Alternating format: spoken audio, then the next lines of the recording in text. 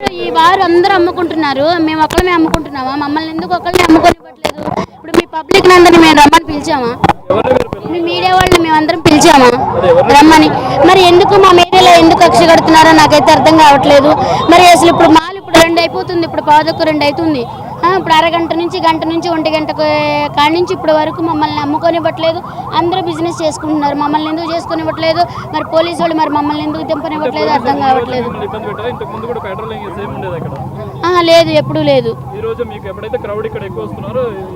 అంటే అంత గతంలో కూడా ఇట్లా జరిగినాయి, కాకపోతే ఇట్లా ట్రాఫిక్ ఇది వల్ల.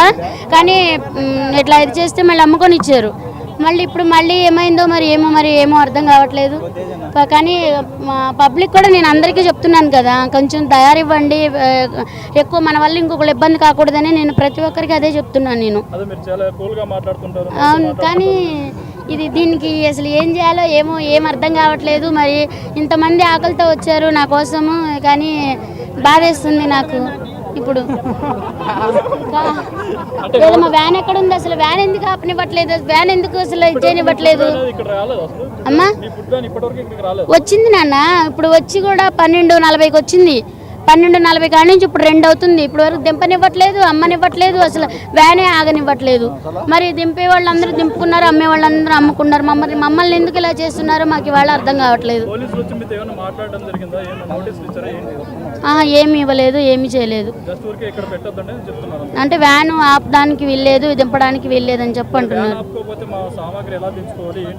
అది ఇప్పుడు నేను అడిగాను, సరే గమ్మున దింపుకోమన్నారు. మళ్ళీ ఇంతలో ఏమైపోయిందో మరి వ్యాన్ వేసుకెళ్ళిపోయారు. దింపుకోమన్నారని నేను అటు లోపలికి వెళ్ళాను, 2 సామాన్ దింపాము, మళ్ళీ వ్యాన్ వేసుకెళ్ళిపోయారు వచ్చి. పోలీసులే, ట్రాఫిక్ పోలీసులు. అదే ఇప్పుడు అక్కడ పెట్టారంట మూల మీద. ఎక్కడుందో పదండి వెళ్ళి వాళ్ళని అడుగుదాం.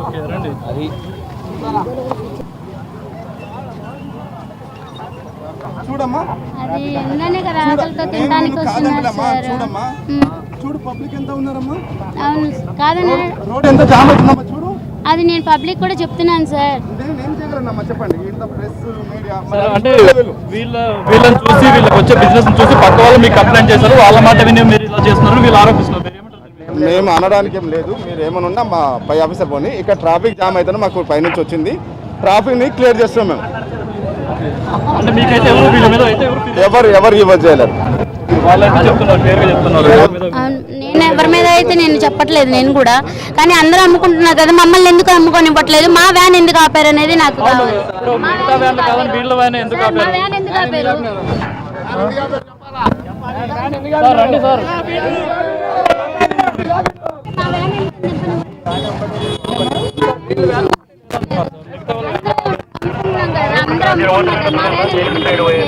చూడమ్మా, ఇక్కడ మేము మా ఉద్దేశం ఉంది ట్రాఫిక్ క్లియరెన్స్.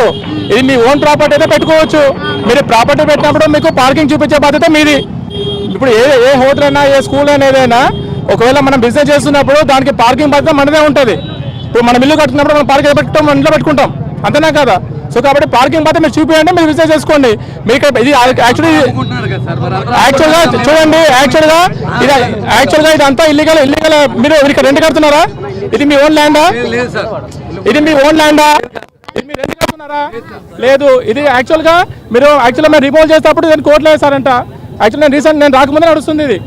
సో ఇది కోర్టులో వేస్తుంది కాబట్టి మేము వెయిట్ చేస్తున్నాం కోర్టు దాని నుంచి. ఓకేనా? జిహెచ్ఎంసీ పర్మిషన్ ఏం లేదండి ఇక్కడ. కాకపోతే అది కోర్టులో స్టే ఇచ్చారు అంతే. కోర్టులో స్టే ఇచ్చారు కాబట్టి మేము దాన్ని రిమూవ్ చేయలేకపోతున్నాం. వన్స్ కోర్టు నుంచి ఆర్డర్ వస్తే టోటల్ రిమూవ్ చేస్తాం. They are not paying any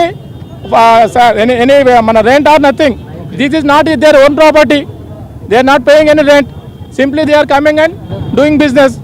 then who is the responsible for the road? That's why we tell people. ఏంటండి సడన్ గా కాదండి, since long time we are saying this one.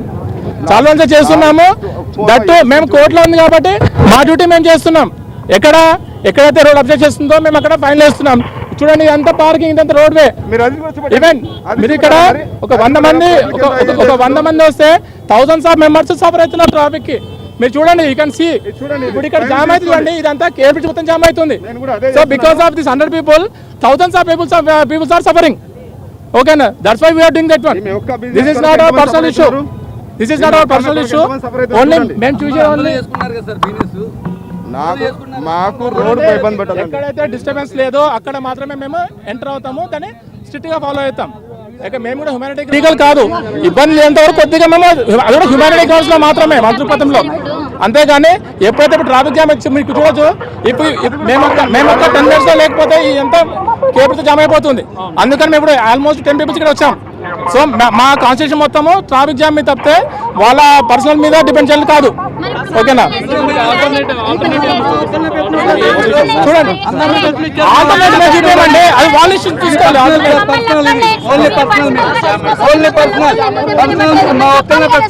చెప్పాలి కదా మీరు.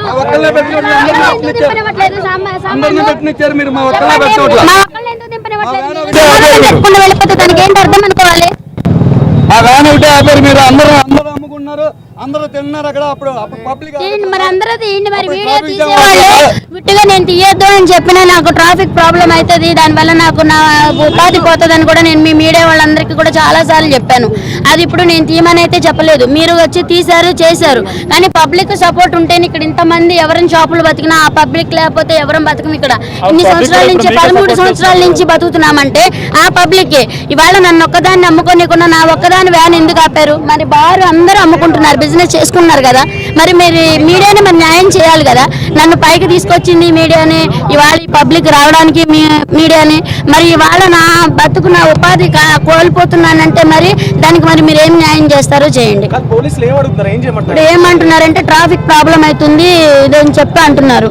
Traffic problem అవుతుంది. నేను ప్రతి వీడియోలో కూడా ఎవరు వచ్చి అడిగినా కానీ వద్దని చెప్పన్నా తీసినా కానీ అందరికీ నేను ఒకటే చెప్తాను, నాన్న మన వల్ల ఇంకొకళ్ళు సఫర్ అవ్వకూడదు, కానీ ట్రాఫిక్ ప్రాబ్లం అయ్యేటట్టు ఇది చేయొద్దు, ట్రాఫిక్ మాత్రము దారి ఇవ్వండి, మన వల్ల ఇంకొకరు ఇబ్బంది కాకూడదు అని ప్రతి వీడియోలో కూడా చెప్తాను నేను.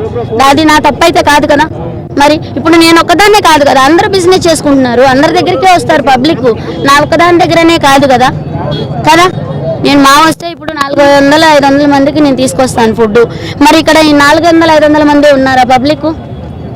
మార్నింగ్ 6 దగ్గర నుంచి నైట్ 11-12 వరకు బిజినెస్ చేస్తారు. నేను 2 hours ఉంటాను, 2 hours నేను ఉంటాను. 12:30-1 గంట, మా లాస్ట్ 3-3:30. నేను 2 hours అంటే 2 hours ఉంటాను. మరి ఇన్ని గంటలు అమ్ముకునే వాళ్ళని వదిలేసి 2 hours అమ్ముకునే దాని బండి ఎందుకు ఆపారు? దానికి రీజన్ చెప్పాలి కదా. ఇప్పుడు కడుపు నిండా అన్నం పెడుతున్నాను నేను, అది కడుపు నిండా అన్నం పెట్టడం తప్పు కాదు కదా. ఇప్పుడు బాగుంటే ఎక్కడికైనా వస్తారు ఫుడ్, అవునా కాదా? అది ఇప్పుడు ఇన్ని సంవత్సరాల నుంచి ఇవాళ ఒక్కరోజు కాదు కదా. నేను 13 చెప్పలేదు మాకు, చెప్పలేదు. ఇప్పుడు అది కూడా నేను అడిగాను, సార్ ఫుడ్ తెచ్చుకున్నాను అంటే ఎస్ఐ సార్తో సిఆర్ సార్తో మాట్లాడమంటే నేను చెప్పాను, సార్ ఇవాళ ఫుడ్ తెచ్చేస్తాను కదా, సాయంత్రం వెళ్ళి మాట్లాడతాను, మరి ఫుడ్ వేస్ట్ అయిపోతుంది, మరి ఇంతమంది ఆకలితో ఉన్నారు, మరి ఇవాళకి అమ్ముకొని బండి ఏదన్నా ఉంటే సాయంత్రం వచ్చి మాట్లాడతాను సార్ అని చెప్పాను. అయినా కానీ బండి ఆపనివ్వకుండా చూశారు కదా, బండి ఆపనివ్వలేదు, చేయనివ్వలేదు.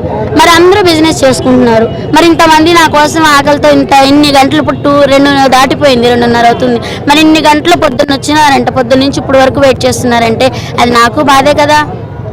కానీ నేను ప్రతి ఒక్కరి పబ్లిక్కి ప్రతి ఒక్కరికి చేతులెత్తి దండం పెడుతున్నాను, మన వల్ల ఇంకొకరు సఫర్ అవ్వకూడదు, ట్రాఫిక్కి ఇబ్బంది అంతరాయం కలిగియొద్దని ప్రతి ఒక్కరికి చెప్తాను నేను. ఇప్పుడు కూడా నేను అదే చెప్తున్నాను, నాకు ఉపాధి ఇదే, ఇది లేకపోతే నాకు బ్రతుకు లేదు, ఇంకొకటి చేసే విధానం కూడా లేదు నాకు. దానికి మీరు మీ మీడియా వల్లే నేను పైకి వచ్చాను, ఇంత పబ్లిసిటీ వస్తుంది.